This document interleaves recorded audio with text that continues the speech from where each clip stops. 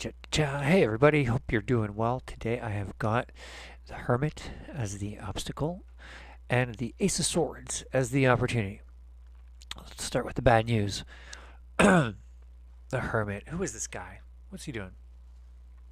What's up with the lamp? Um, I like to think of light in the tarot as as truth, particularly drawing a type of inspiration for that interpretation. Oh, rhymes.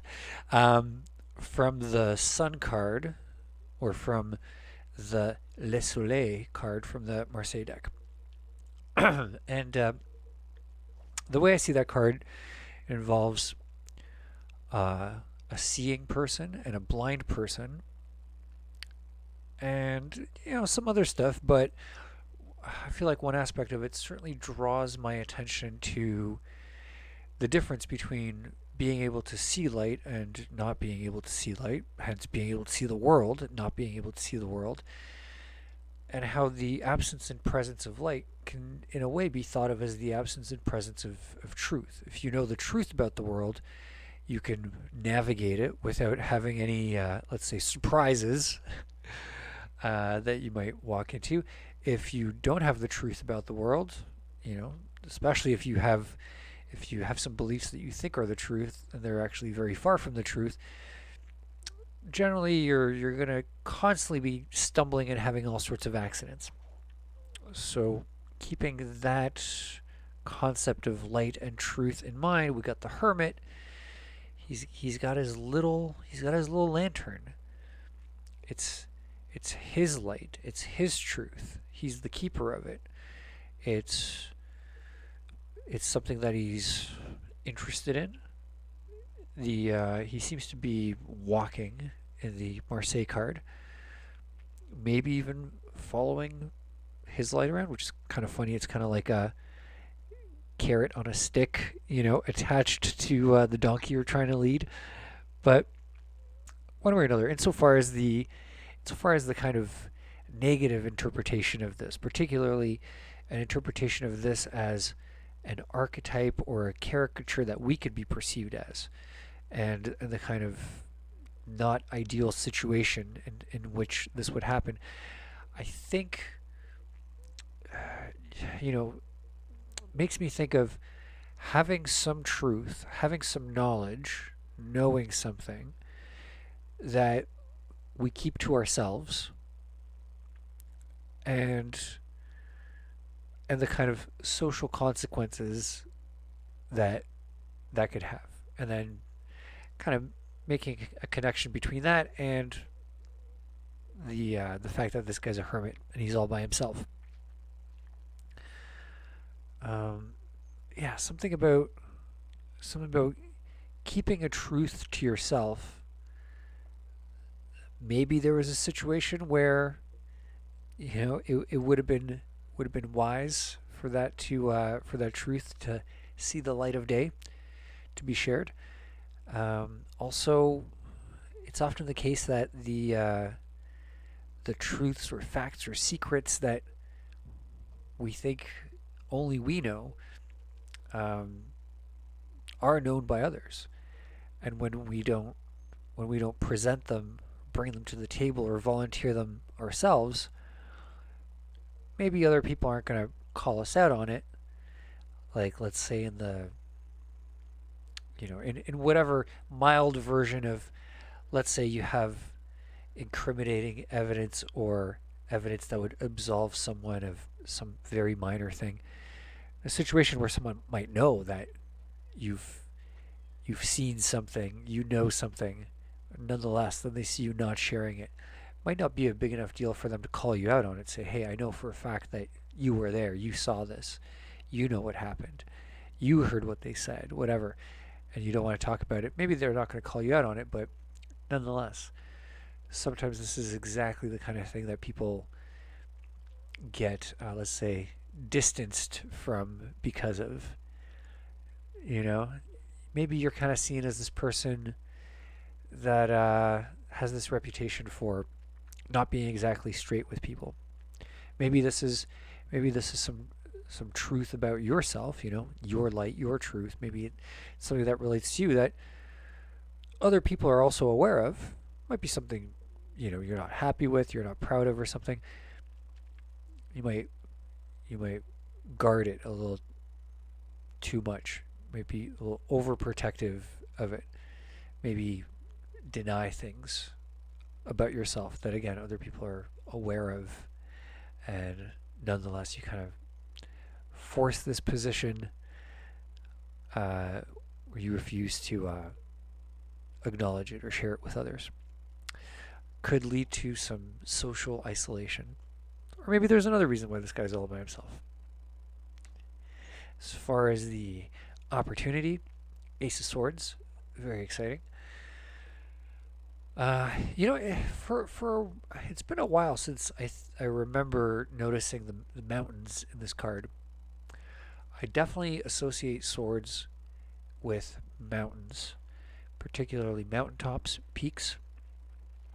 I think of the mountain peaks as reminding me of the tip of the sword.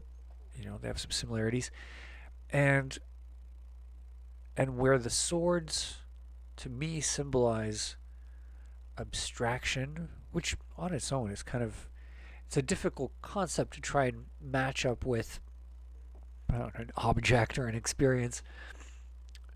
Um, I like to think about cutting tools as being tools of abstraction. In, let's say, in cooking, you might have a vegetable that you like, a carrot, let's say. I don't know, I'm just kind of picking things randomly off the top of my head. You got a carrot.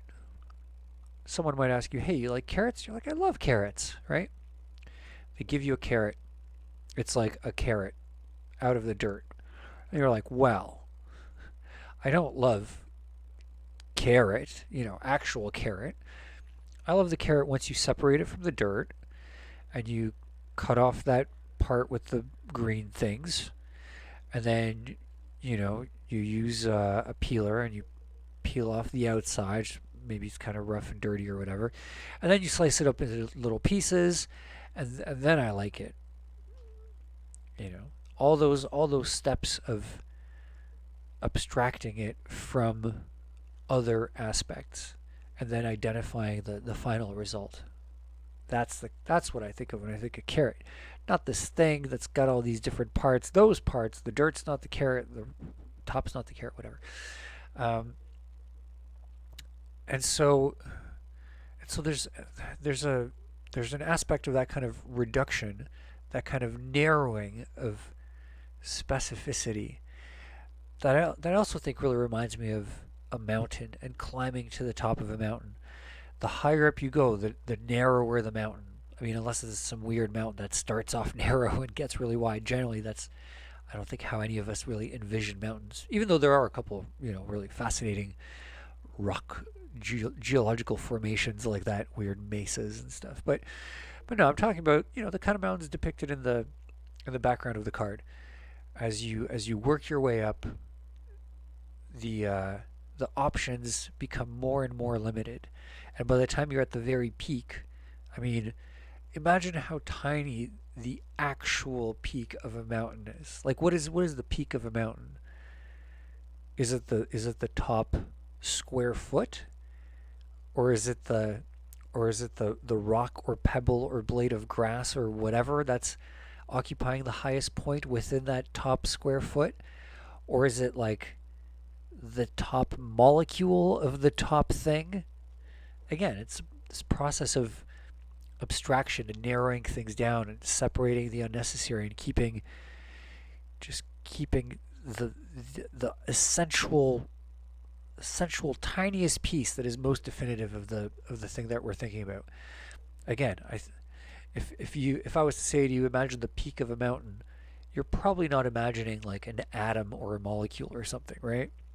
You have some generic sense, and that generic image of the peak is still probably still more zoomed in on the peak than imagining the whole mountain. Why would you imagine the whole mountain? We're just talking about the peak, but in a way, isn't the whole mountain in itself the peak of the terrain in the immediate area? Like, anyways, so I think I think the aces are I think the aces are kind of like, hey, check this out.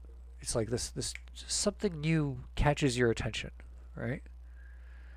And I think in this case, the thing that's catching our attention, the opportunity is to have your attention caught by some distant peak. You have a pretty good understanding of something in general, but you get that scientific minded inspiration. You get all of a sudden you're really curious.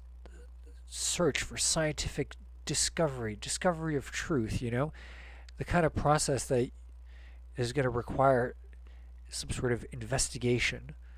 This kind of being overcome with this inspiring idea to pursue the understanding of something to some depth. Like, oh, that's really cool.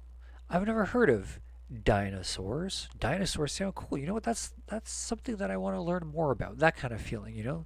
First time you saw a dinosaur as a kid, if you're the kind of kid who was crazy about dinosaurs, I don't know if that's still a thing, but yeah, I remember meeting lots of people, lots of kids, when I was a kid, and they were just like dinosaurs. I know everything about dinosaurs. Imagine the first moment that started that journey to all the acquisition of knowledge. That first time they saw something, they were like, I want to know everything about this thing. That kind of that kind of passion, that kind of energy. I think this card symbolizes the opportunity to to find something that has that sort of interest, which often can be just as simple as like just stopping for a second and asking yourself, like, is there something that I'm really fascinated with that I would probably enjoy learning a lot about? Sometimes you just think that, and then the answer comes. Um, yeah, maybe the kind of inspired realization that thing that maybe you're already doing or that you're already interested in could be could be really mastered. Like, you might be doing something, you might be working on something that's fairly common amongst things that people, sort of specialize in, but like, what if for the first time ever you realize that, like, no matter what it is that you do or you're interested in,